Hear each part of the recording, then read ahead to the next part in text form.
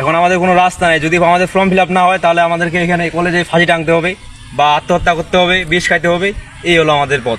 Ruia degree কলেজে SSC পরীক্ষার্থীদের নিকট ফর্ম ফিল আপের টাকা নিয়েও ফর্ম ফিল আপ করল না ওই কলেজের ল্যাব সহকারী মিজানুর রহমান সাবু। আমি ফর্ম ফিল আপের জন্য টাকা দিচ্ছি অনেকদিন আগেই, ওরা ফর্ম ফিল আপ করে দিতে চাইছে, অ্যাডমিট কার্ড দেয়নি। মিজানুর রহমান সাবু ভাই, উনি হচ্ছে রুইয়া ডিগ্রি কলেজের হাইটার কর্মকর্তা। ও বলছে যে 100% হবে। কত টাকা দিচ্ছে? 4000 টাকা দিচ্ছে। আমার ছেলে রবিবার পরীক্ষা, এখন অ্যাডমিট কার্ড পাইনি।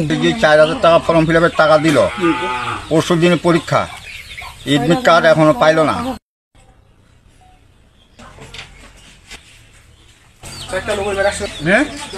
ভাই যেগুলো কথা বলে মানে টাকা দিচ্ছি ফর্ম ফিল আপের জন্য, কিন্তু আমাদের ফর্ম ফিল আপ হয় না। আবার রেজিস্ট্রেশন চেক করছি, আমাদের রেজিস্ট্রেশন হয় না এখন। কাকে দিছিল? সাবু ভাইকে দিচ্ছি আমরা টাকা। আমরা 2 জন, আবার আমার ফ্রেন্ড 4 জন আছে।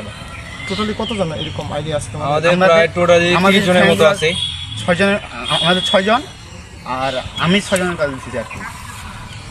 আমরা 2 জন, আর আমার 4টা ফ্রেন্ড আছে আর কি। তাহলে এখানে বসে আছে কেন? এখন আমাদের আতঙ্কে আমরা আছি যে আমাদের ফর্ম ফিল আপ এখনো হয় নাই, আমাদের রেজিস্ট্রেশনও এখনো হয় নাই।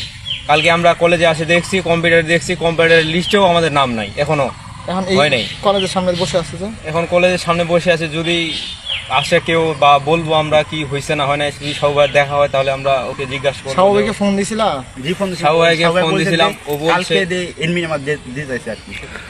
এখানে কলেজের ল্যাব সহকারী আর কি। ল্যাব সহকারী সাবু কলেজে চাকরি করে। হ্যাঁ, কলেজে চাকরি হয়েছে, রেগুলার স্টুডেন্ট। টাকাটা কি সরাসরি সাবুর হাতে দেওয়া হয়েছিল? হ্যাঁ অবশ্যই, সরাসরি। কত করে দিচ্ছে জনপ্রতি? আমরা হচ্ছে 2700 টাকা করেছি। আমাদের ফর্ম ফিল আপ হয়নি। এখন আমি কি করব, আমরা কি করব? এখন আমাদের কোনো রাস্তা নেই, যদি আমাদের ফর্ম ফিল আপ না হয় তাহলে আমাদেরকে এখানে কলেজে ফাঁসি টাঙতে হবে বা আত্মহত্যা করতে হবে, বিষ খাইতে হবে। এই হলো আমাদের পথ। এখন আমরা এইটাই পথ বেছে নিতে হবে আমাদেরকে, এছাড়া আমাদের আর কিছু নেই। ফর্ম ফিল আপের জন্য আমি টাকা দিয়েছিলাম সাবু ভাইকে আর কলেজের পিয়ন। আমরা টাকা দিয়েছি 4000 করে, কিন্তু এখন আমরা অ্যাডমিট পাইনি। এখন আমার পরীক্ষার দিন কি করবো?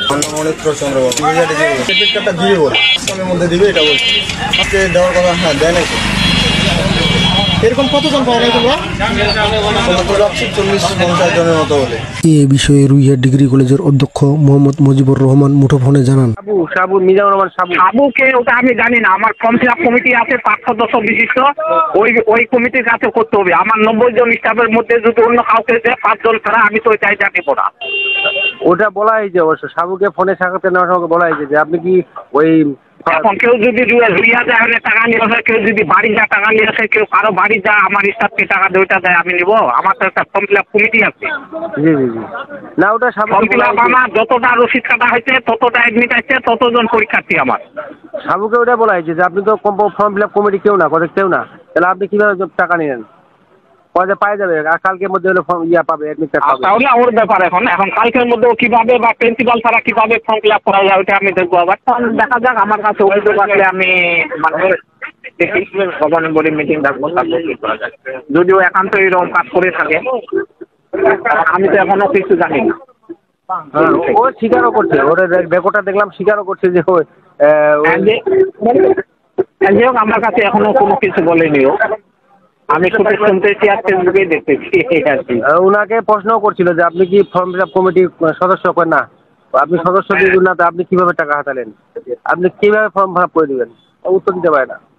হ্যাঁ ওইটাই। ঠিক আছে, ভালো থাকে।